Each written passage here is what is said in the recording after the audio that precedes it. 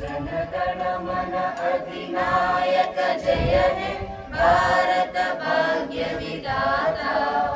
पंजाब सिंध गुजरात मराठा द्राविड उत्कल गंगा विंध्य हिमाचल यमुना गंगा उच्चल जलधि तरंगा। तव शुभ नामे जागे तव शुभ आशीष मागे गाहे तव जय गाथा। जन गण मंगलदायक जय हे भारत भाग्य विधाता। जय हे जय हे जय हे जय जय जय जय हे।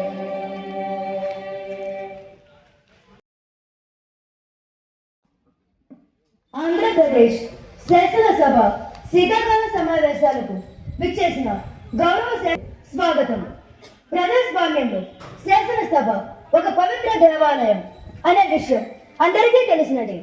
ప్రజలు ఎంతో నమ్మకంతో వారి భవిష్యత్తుకు భరోసా కల్పిస్తారని, బాధ్యతాయుతమైన ప్రణాళికలు చట్టాలు రూపొందిస్తారని విశ్వాసంతో మనల్ని ఎన్నుకుని ఈ చట్ట సభకు పంపించారని ప్రతి ఒక్కరూ గుర్తెరిగి ప్రవర్తించాలి.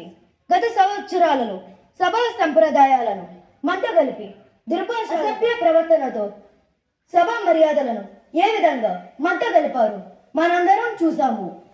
వారిని ప్రజలు ఏ విధంగా విధానాలను పాటించి రాష్ట్ర అభివృద్ధిలో అధికార ప్రతిపక్ష సభ్యులు బాధ్యతమైన భూమిక పోషించాలని తెలియజేస్తూ శీతాకాల సమావేశాలు ప్రారంభిస్తున్నాము. ముందుగా క్వశ్చన్ అవర్ ప్రశ్నోత్తరాల సమయం. మొదటి ప్రశ్నను ఆచంట ఎమ్మెల్యే శిరీష గారు మొదలుపెట్టవలసిందిగా కోరుచున్నాం. నాకు ఈ అవకాశం ఇచ్చిన అధ్యక్షుల గారికి నా ధన్యవాదాలు. అధ్యక్ష, మా పరిసరాల్లో ఉన్నటువంటి ఒక ఫ్యాక్టరీ నుండి కలుషితమైనటువంటి నీరును పంట కాలువల్లో విడిచిపెట్టడం అనేది చాలా కాలంగా జరుగుతుంది అధ్యక్ష. అందువల్ల ఈ కాలుష్యం నివారణ కోసం అనేక సార్లు అసెంబ్లీలో ప్రస్తావించినప్పటికీ చర్యలు తీసుకోలేదు అధ్యక్ష. పంట కాలువలు పాడయ్యి ఈ కలుషితమైన నీరు త్రాగి పశువులు చనిపోతున్నాయి అధ్యక్ష. రైతుల వ్యవసాయాలు దెబ్బతిని దిగుబడి తగ్గిపోతున్నాయి అధ్యక్ష. మీ ద్వారా ఈ సమస్య పరిష్కారానికి ఏ విధమైన చర్యలు తీసుకుంటారో తెలియజేయవలసిందిగా కోరుచున్నాను అధ్యక్ష. ధన్యవాదాలు. మినిస్టర్ ఎం పూజిత గారి స్పందన చూద్దాం. ధన్యవాదాలు అధ్యక్ష. ఈ సమస్య మా ప్రభుత్వం చాలా తీవ్రంగా పరిగణిస్తుంది. ఈ సమస్య పరిష్కారం కోసం వెస్ట్ గోదావరి జిల్లా కలెక్టర్ గారికి ఆల్రెడీ తెలియజేయడం జరిగింది. సంబంధిత ఫ్యాక్టరీలకు ఆల్రెడీ నోటీసులు ఇవ్వడం జరిగింది అధ్యక్ష. త్వరలోనే వారు ఫ్యాక్టరీలకు మరియు పొల్యూషన్ కంట్రోల్ డిపార్ట్మెంట్లకు గ్రౌండ్ లెవెల్లో పరిశీలించి తొందరలోనే ఈ సమస్యను పరిష్కారం చేస్తాం అధ్యక్ష. ఈ విషయం మీ ద్వారా తెలియజేస్తున్నది అధ్యక్ష. ధన్యవాదాలు అధ్యక్ష. తణుకుపట్నంలో జాతీయ రహదారి ఉండ్రాజవరం ఫ్లైఓవర్ వంతెన నిర్మాణం దాదాపుగా 3-4 సంవత్సరాల క్రితం ప్రారంభించారు అధ్యక్ష. కానీ నేటికి ఆ వంతెన పూర్తవ్వకపోవడం వల్ల అనేక ప్రమాదాలు జరుగుతున్నాయి. ఈ హైవే మీద ప్రయాణం చేయడానికి చాలా ఇబ్బంది పడుతున్నారు. ఈ ఫ్లైఓవర్ వంతెన ఎందుకు నిలిపివేశారో అధికారులు ఎవరూ తెలియజేయడం లేదు అధ్యక్ష.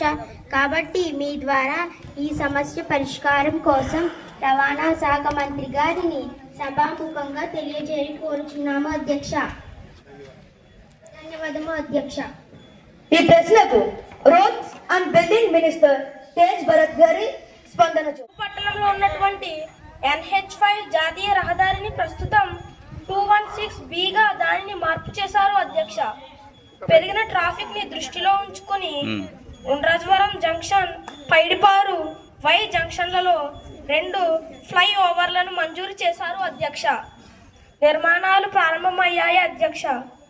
వై జంక్షన్ ఫ్లైఓవర్ పెండింగ్లో ఉంటే ఉండ్రాజవరం దాదాపు 75% పనులు పూర్తయ్యాయి అధ్యక్ష. ఈ ఫ్లైఓవర్ గురించి కాంట్రాక్టు కంపెనీతోను నేషనల్ హైవే అథారిటీ వారితోని మాట్లాడి పెండింగ్ బిల్స్ క్లియర్ చేయించి త్వరలో ఫ్లైఓవర్ పూర్తి చేస్తామని మీ ద్వారా గౌరవ శాసన సభ్యులకు తెలియజేస్తున్నాం అధ్యక్ష. ధన్యవాదాలు అధ్యక్ష. గోదావరి జిల్లాలో మా తణుకు పట్టణ సమీపంలో పశువులను వధించే ఫ్యాక్టరీ ఏర్పాటు చేశారు అధ్యక్ష. ఈ ప్రాంతంలో ఆవులని పశువులని ఈ ఫ్యాక్టరీలో వధించి మాంసాన్ని ఎగుమతి చేసే పరిస్థితి వచ్చింది. ఈ ఫ్యాక్టరీ వలన వాతావరణ కాలుష్యంతో పాటు ఎంతో మంది ప్రజలు ప్రేమించేటువంటి గోమాతలను కూడా అంతం చేసేటువంటి పరిస్థితి వచ్చింది అధ్యక్ష. ఈ ప్రాంత ప్రజలు అందరూ ఈ ఫ్యాక్టరీని వ్యతిరేకిస్తున్నారు అధ్యక్ష. ఈ పశువధశాల అనుమతులను రద్దు చేయించి ప్రజల మనోభావాలను కాపాడవలసిందిగా మీ ద్వారా ముఖ్యమంత్రి గారిని కోరుతున్నాం అధ్యక్ష. అధ్యక్ష, పశువధ ఫ్యాక్టరీలకు పర్మిషన్ ఇచ్చేటువంటి అవకాశం రాష్ట్ర ప్రభుత్వ పరిధిలో లేదధ్యక్ష. సాధారణంగా కొట్టిపోయినటువంటి పశువుల్ని వధించి మాంసం ఇతర ప్రాంతాలకు దేశాలకు ఎగుమతి చేసే అనుమతి ఉంటుంది అధ్యక్ష. గోవధ అనేది పూర్తిగా నిషేధించవలసిన అవసరం ఉంది అధ్యక్ష. మీరు తెలియజేసినటువంటి ఈ ఫ్యాక్టరీకి ప్రభుత్వ పరంగా అనుమతులు మా ప్రభుత్వంలో ఇవ్వలేదు అధ్యక్ష. ఈ ఫ్యాక్టరీ అనుమతిని గత ప్రభుత్వంలో ఇచ్చినట్టుగా మాకు రికార్డుల ద్వారా తెలుస్తుంది అధ్యక్ష. ఏమైనప్పటికీ ప్రజల యొక్క మనోభావాలను నమ్మకాలను గౌరవించి త్వరలోనే ఈ పశువులను వధించే పరిశ్రమను మూసివేయించడానికి నిర్ణయం తీసుకుంటామని మీ ద్వారా తెలియజేస్తున్నాం అధ్యక్ష. ధన్యవాదాలు అధ్యక్ష. అధ్యక్ష, మన ప్రభుత్వం వచ్చిన తర్వాత పాఠశాలల్లో తెలుగు మీడియం కూడా కొనసాగిస్తామని ఎన్నికల సమయంలో హామీ ఇచ్చాము అధ్యక్ష. కానీ వాస్తవానికి ప్రస్తుతం తెలుగు మీడియం కొనసాగించడం వంటి చర్యలు మాత్రం కనబడడం లేదు అధ్యక్ష. ఇది చాలా దారుణం అధ్యక్ష. తెలుగు భాషతో ఏర్పడిన మన తెలుగు రాష్ట్రంతో తెలుగు భాషని ఇలా చిన్న చూపు చూసి పూర్తిగా తెలుగు మీడియం రద్దు చేయడం మంచిది కాదని గౌరవ విద్యాశాఖ మంత్రి గారికి తెలియజేస్తున్నాం అధ్యక్ష. ఇంగ్లీష్ మీడియంను ఎక్కువ చేయడం లేదు అధ్యక్ష. ముఖ్యంగా వెనుకబడిన ప్రాంతాలలో కొనసాగిస్తే విద్యార్థులందరూ కనీసం మన ప్రభుత్వంలో ఉన్న అక్షరాస్యత సాధ్యమవుతుంది అధ్యక్ష. కనీసం ప్రతి మండలంలో పెద్ద పాఠశాలలో తెలుగు ఇంగ్లీష్ మీడియం సెక్షన్లను నిర్వహించవలసిందిగా కోరుచున్నాం అధ్యక్ష. ప్రతి కుటుంబం నుండి 100% అక్షరాస్యత కావాలని మన ముఖ్యమంత్రి కళ నెరవేరాలంటే తెలుగు మీడియం కూడా అందించాలని మీ ద్వారా విద్యాశాఖ మంత్రి గారికి తెలియజేస్తున్నాం అధ్యక్ష. ధన్యవాదాలు అధ్యక్ష. ఈ ప్రశ్నపై ఎడ్యుకేషనల్ దివ్యశ్రీ గారి స్పందన చూద్దాం. అధ్యక్ష, తెలుగు మీడియం ఇంగ్లీష్ మీడియం గురించి మా ప్రభుత్వం చాలా చిత్తశుద్ధితో కృషి చేస్తున్నాం అధ్యక్ష. 2014 నుండి 19 వరకు మా ప్రభుత్వ కాలంలో తెలుగుతో పాటు సమాంతర ఆంగ్ల మాధ్యమాన్ని ప్రవేశపెట్టాలని నిర్ణయం తీసుకుంటే అప్పుడు వ్యతిరేకించిన ప్రతిపక్షం వారు అధికారంలోకి వచ్చిన తర్వాత ఏ విధంగా తెలుగు మీడియాన్ని పూర్తిగా తొలగించే చర్యకు తోడ్కొన్నారో మీకు తెలిసిందే అధ్యక్ష. కానీ పూర్తిగా తెలుగు మీడియం రద్దు చేయాలన్నది ప్రతిపాదన ఏది మా ప్రభుత్వ విధానం కాదు అధ్యక్ష. గత ప్రభుత్వం తీసుకున్న విధానపరమే కొనసాగించవలసి వస్తుంది అధ్యక్ష. తెలుగు ఆంగ్ల మాధ్యమాలను రెండు కొనసాగించేలా చిత్తశుద్ధితో కృషి చేస్తున్నాం అధ్యక్ష. ప్రజల కోరికను అనుసరించి ఎక్కడెక్కడ తెలుగు మీడియం అవసరమో క్రింద స్థాయి రిమోట్ ఏరియాలలో ఎంక్వైరీ చేసి తెలుగు మీడియం పునరుద్ధరిస్తామని మీ ద్వారా గౌరవ శాసనసభ్యులకు తెలియజేస్తున్నాం అధ్యక్ష. ధన్యవాదాలు అధ్యక్ష. లిప్త గారు మొదలు పెట్టవలసిందిగా కోరుచున్నాం. భారత రాజ్యాంగం రూపొందించిన సభలో మా నాయకుడికి ప్రధాన ప్రతిపక్ష హోదా ఇవ్వడానికి మీకు వచ్చిన ఇబ్బంది ఏంటి అధ్యక్ష? అంటే ప్రజలు కోరుకున్న ప్రతిపక్ష హోదాను తిరస్కరిస్తున్నారంటే రాజ్యాంగం పట్ల ఈ ప్రభుత్వానికి ఏ విధమైన గౌరవం ఉందో తెలియజేయవలసిందిగా మీ ద్వారా గౌరవ శాసన సభ వ్యవహారాలు శాఖ మంత్రి గారిని కోరుచున్నాం అధ్యక్ష. ధన్యవాదాలు అధ్యక్ష. మరియు శాసనసభ వ్యవహారాల మంత్రి జోష్న గారి స్పందన చూద్దాం. ధన్యవాదాలు అధ్యక్ష. ప్రతిపక్ష హోదా అనేది చట్టసభ ఇచ్చేది కాదు అధ్యక్ష. మన భారత రాజ్యాంగంలో ప్రతి చట్టసభలోనూ కనీసం 10% సీట్స్ తెచ్చుకోవాలి. 10% సీట్లు రాని పార్టీకి ప్రధాన ప్రతిపక్ష హోదా రాదని విషయం మోస్ట్ సీనియర్ శాసనసభ్యులైన మీకు మాకన్నా బాగా తెలుసు అధ్యక్ష. ప్రతిపక్ష హోదా రావడం అనేది ప్రజల చేతుల్లో ఉంది. ప్రజలు మిమ్మల్ని గుర్తించి ప్రతిపక్ష హోదా వచ్చేది అధ్యక్ష. మీకు తగినన్ని సీట్లు ఇవ్వలేదంటే ప్రజలు మీకు ప్రతిపక్ష హోదా ఇవ్వడానికి కూడా ఇష్టపడలేదు అధ్యక్ష. ఇప్పటికైనా గుర్తెరిగి ప్రధాన ప్రతిపక్ష హోదా సాధించే స్థాయిలో ప్రజల విశ్వాసాన్ని సీట్లను గెలుపొంది ప్రధాన ప్రతిపక్ష హోదా పొందవలసిందిగా మీ ద్వారా తెలియజేస్తున్నాం అధ్యక్ష. ఈ సభకు మీ నాయకులకు ప్రధాన ప్రతిపక్ష హోదా ఇవ్వడానికి నిబంధనలు అంగీకరించమని మీ ద్వారా గౌరవ ప్రతిపక్ష సభ్యులకు తెలియజేస్తున్నాం అధ్యక్ష. ధన్యవాదాలు అధ్యక్ష.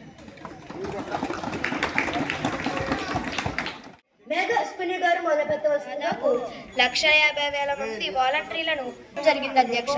ప్రస్తుతం వీళ్ళు ఉపాధి కోల్పోయి చాలా ఇబ్బందులు పడుతున్నారు అధ్యక్ష. ఉపాధి కోల్పోయిన వాలంటీర్లకు ఇతర ఉపాధి కల్పన అవకాశాలు ఉన్నాయేమోనని సభాముఖంగా తెలియజేయవలసిందిగా కార్మిక ఉపాధి కల్పన మంత్రి గారిని వ్యవస్థ చాలా నిర్ధారిత వ్యవస్థ అని సందర్భంగా సభాముఖం తెలియజేస్తున్నాం అధ్యక్ష. గత సంవత్సరంలో వాలంటీర్ల ప్రజల పట్ల చాలా విముక్తి ఉంది. అది అందరికీ తెలిసిందే కదా అధ్యక్ష. సంక్షేమ పథకాలు ఆగిపోతాయని గత ప్రభుత్వం ప్రచారం చేసిన ప్రజల్లో భయాందోళన కల్పించారు అధ్యక్ష. కానీ మా ప్రభుత్వం వచ్చిన తర్వాత వాలంటీర్లు లేకుండానే ఏ రెవెన్యూ పంచాయతీరాజ్ ఉద్యోగాల సమక్షంలో పథకాలు అన్ని అమలు జరుగుతాయని తెలియజేక్ష. అందువలన వాలంటీర్ వ్యవస్థ అవసరం లేదని ప్రభుత్వం భావిస్తుంది అధ్యక్ష. ఇంకా వారికి ఉపాధి గురించి అడగారు. వారికి క్వాలిఫికేషన్ ఉంటే మెరుగైన వేతనంలోతో ప్రభుత్వంలోనే ప్రైవేట్ రంగంలో ఉద్యోగాలు పొందవచ్చు అధ్యక్ష. ప్రభుత్వం కల్పిస్తున్న స్వయం ఉపాధి పథకాలు ఉపయోగించుకుని ప్రయోజనం అధ్యక్ష.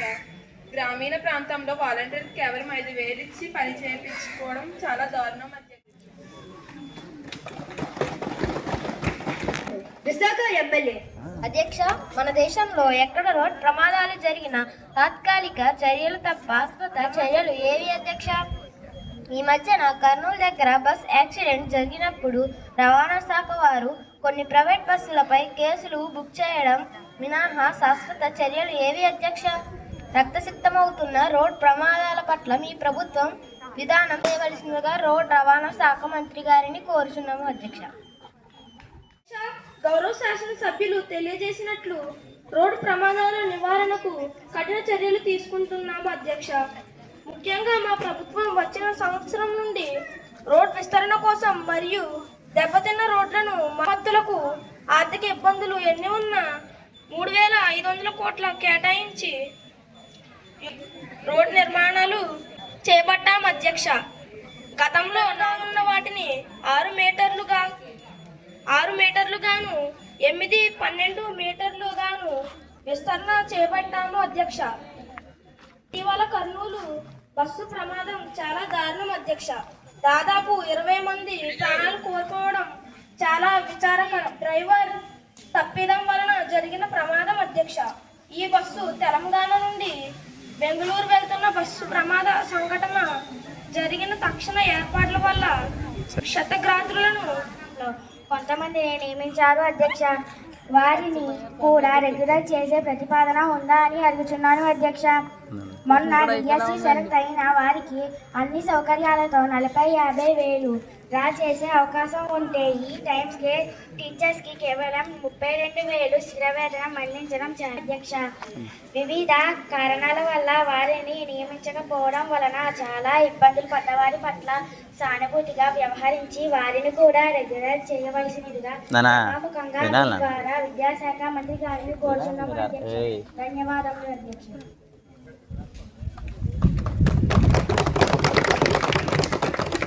ఈ ప్రశ్నపై ఎడ్యుకేషనల్ మినిస్టర్ దివ్యశ్రీ గారి స్పందన చూద్దాం. ఈ విషయంపై వెంటనే నిర్ణయం తీసుకోవడం కష్టం అధ్యక్ష.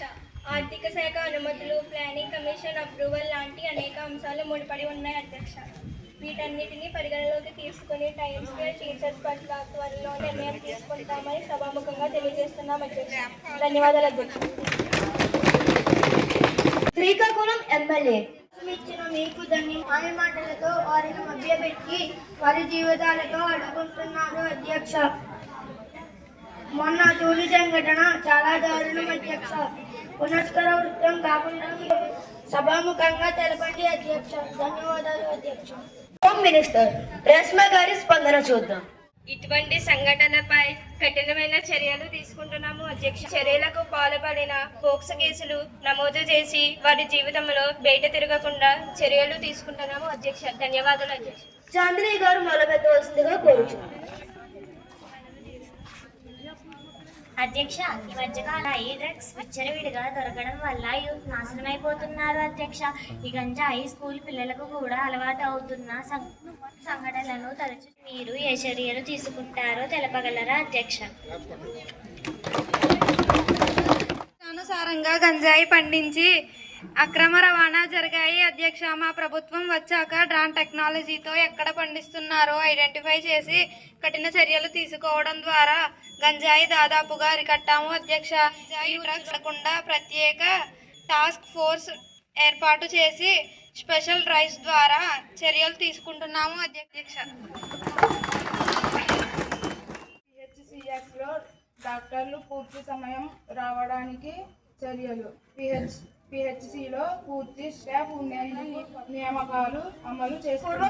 అనుబంధ ప్రశ్నలకు సమాధానాలు చూద్దాం. ధన్యవాదాలు అధ్యక్ష. విద్యాశాఖ గురించి ప్రతిపక్షం వారు వాటిలో మొదటి ప్రశ్న, స్కూళ్లకు ఫ్రీ ఇంటర్నెట్ను అందిస్తున్నారా? దీనికి నా సమాధానం, ప్రభుత్వం ప్రాథమికంగా 500 స్కూల్లో ఉచిత ఇంటర్నెట్, కంప్యూటర్ ట్రైనింగ్ సెంటర్స్ ఇస్తున్నారా అని అడిగారు. ప్రతి మండలంలో ఒక డిజిటల్ లెర్నింగ్ సెంటర్ ఏర్పాటు చేయండి. మూడవ ప్రశ్న, గ్రామాలకు హై స్పీడ్ ఇంటర్నెట్ ఇస్తున్నారా? దీనికి నా సమాధానం, భారత నెట్ ప్రాజెక్ట్ ద్వారా అన్ని గ్రామాలకు ఆప్టికల్ ఫైబర్ కనెక్షన్ అందిస్తున్నారు. ధన్యవాదాలు అధ్యక్ష. ధన్యవాదాలు అధ్యక్ష. రైతులకు న్యాయమైన విత్తనాలు, పురుగు మందులు అందించే చర్యలు ఏమిటి అధ్యక్ష? దీనికి నా సమాధానం, ప్రాథమిక సహకార సంఘాల ద్వారా తక్కువ ధరకు అందిస్తున్నాము అధ్యక్ష. ఈ ఖరీరాబీ సెక్షన్లో రైతుల నుండి ధాన్యం కొనుగోలు కేంద్రాలు ఎన్ని ప్రారంభిస్తున్నారు అధ్యక్ష? ప్రతి మండల కేంద్రంలోనూ ధాన్యం కొనుగోలు కేంద్రాలు పెట్టి రైతుల దగ్గర నుండి చివరి ధాన్యం గింజ వరకు ఏర్పాట్లు చేశాము అధ్యక్ష. ధన్యవాదాలు అధ్యక్ష.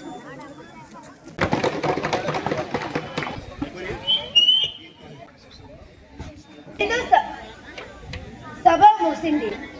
రేపు 3 బిల్లు చర్చిద్దాం.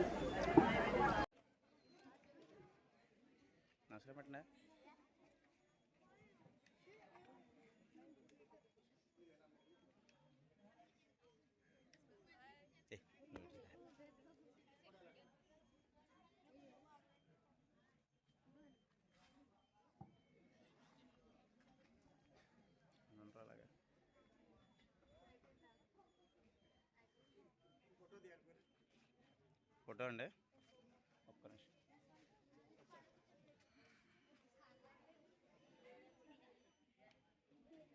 స్పీకర్ పాత్ర మరి వాడు వాయిస్ అది ఎప్పుడు చెప్తూనే ఉంటాం. మరి అలా తయారవ్వాలి. ఇంకా మనలో 8th నుంచి 6th నుంచి ఉన్నారు. గౌతమ్ రేణిని ప్రత్యేకమైన అభినందనలు తెలియజేస్తాం.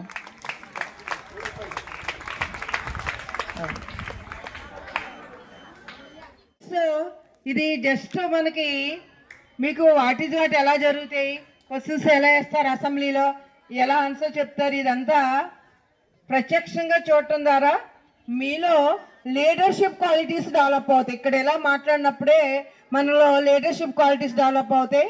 మరి ఈ విధంగా ఇలా వచ్చింది. ఈ చక్కటి కార్యక్రమాన్ని నిర్వహించడానికి మరి తోడ్పాటు అందించిన మిగతా టీచర్స్కి, ఈ కార్యక్రమాన్ని నడిపించిన సోషల్ మాస్టర్కి కూడా ధన్యవాదాలు తెలియజేయడం. Very much. వాళ్ళు ఏ ప్రశ్నలు అడగాలి, వాళ్ళు ఏ శాఖకి ఎవరు ఉండాలి, ఇదంతా కూడా కనీసం 4 మాస్టర్లు దాని మీద పనిచేస్తేనే కానీ అవదండి. మరి సోషల్ మాస్టర్ శ్రీనివాస్ గారు మరి దీని మీద మేము కూడా ఇది ఈ టూరు కట్ట ఉండడం వల్ల ఎవరు కూడా మేము అంత హెల్ప్ చేయలేకపోయాం.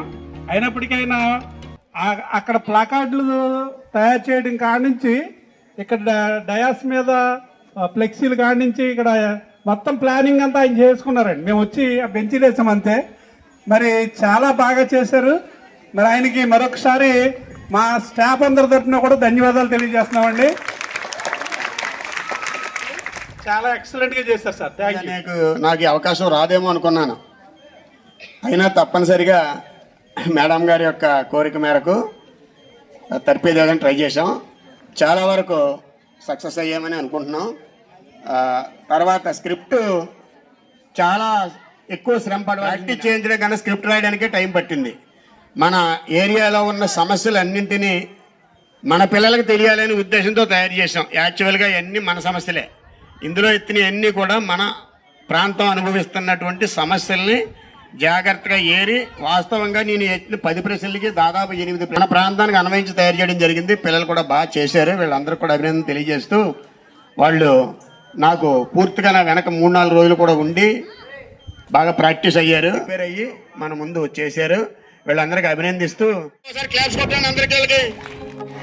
Okay, thank you very much.